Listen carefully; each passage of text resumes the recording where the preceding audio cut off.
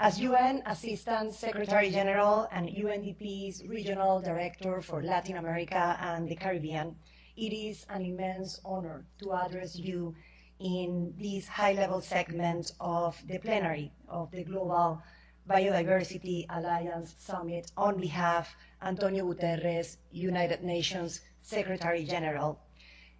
In this segment led by His Excellency Dr. Mohamed Ali, President of Guyana. Mr. President, I convey to you the warm greetings of our Secretary-General, our gratitude for your hospitality welcoming us, and our recognitions to Guyana's leadership in biodiversity conservation as it is reflected in your Green State Development Strategy, your Low Carbon Development Strategy 2030, and of course by hosting this important summit.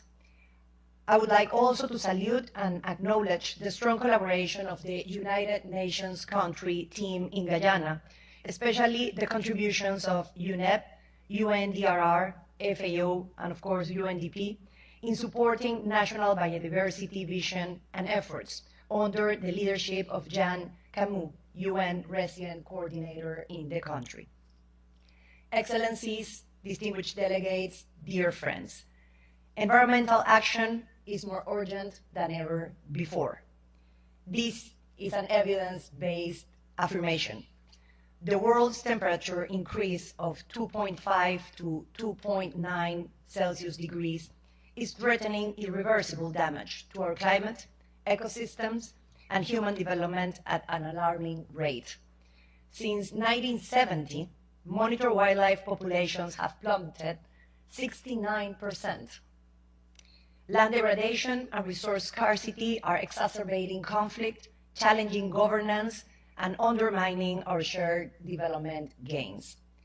And the biodiversity financing gap now exceeds $200 billion per year.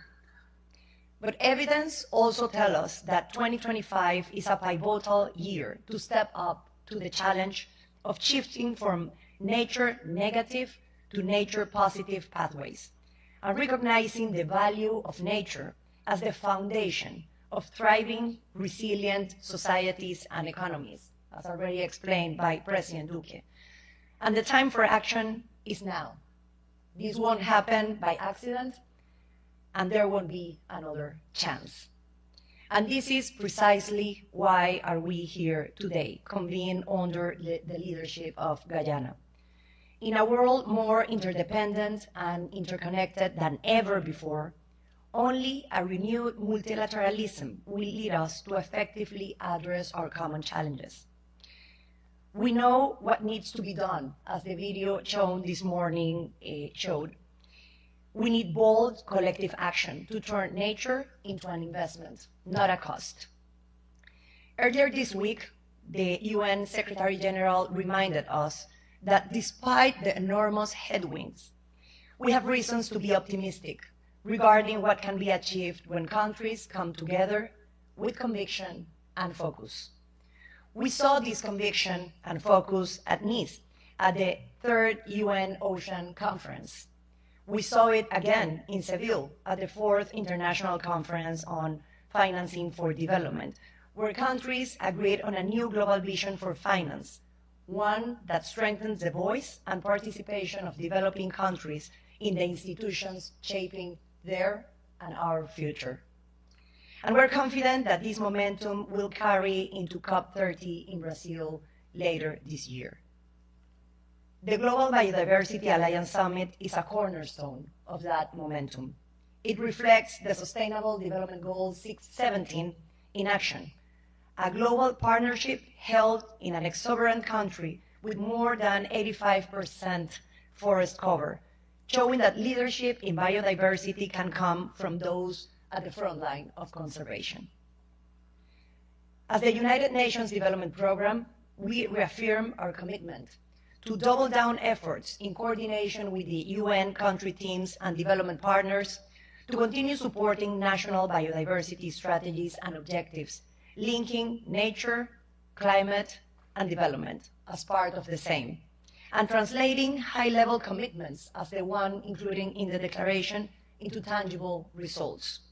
from aligning national biodiversity strategies and action plans with nationally determined contributions, the NDCs, to promoting sustainable land use and restoring ecosystems. Through a $3.9 billion portfolio, our Nature Pledge will continue working with countries to deliver on the coming Montreal Global Biodiversity Framework, making nature central to resilience, development, and sustainable growth.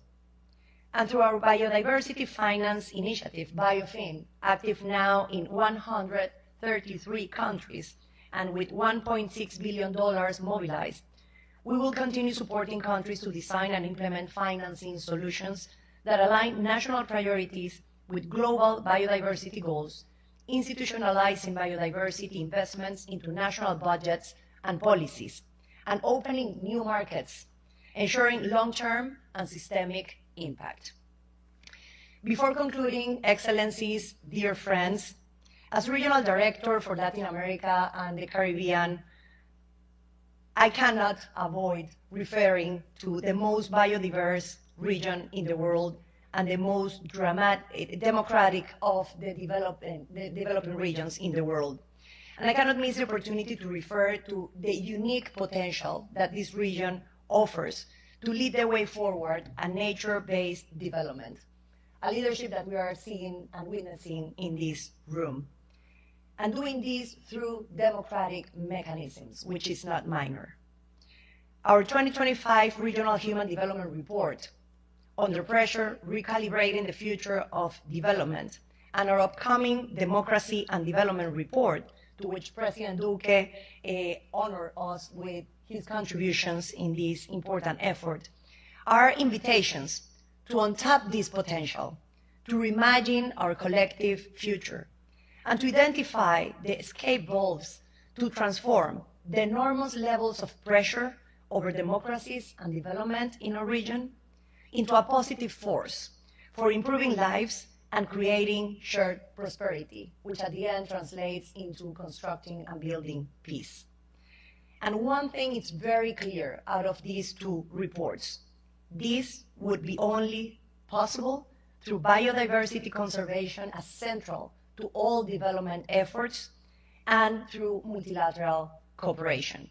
And once again, this is a matter of choice. This won't happen by accident, as Prime Minister Modi already mentioned. Excellencies, dear friends, let this summit of Global Biodiversity Alliance be a true inflection point.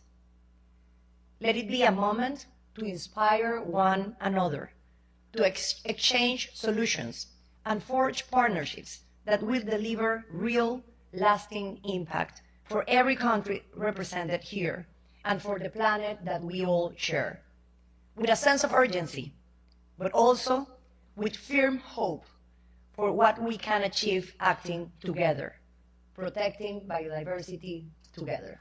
Thank you.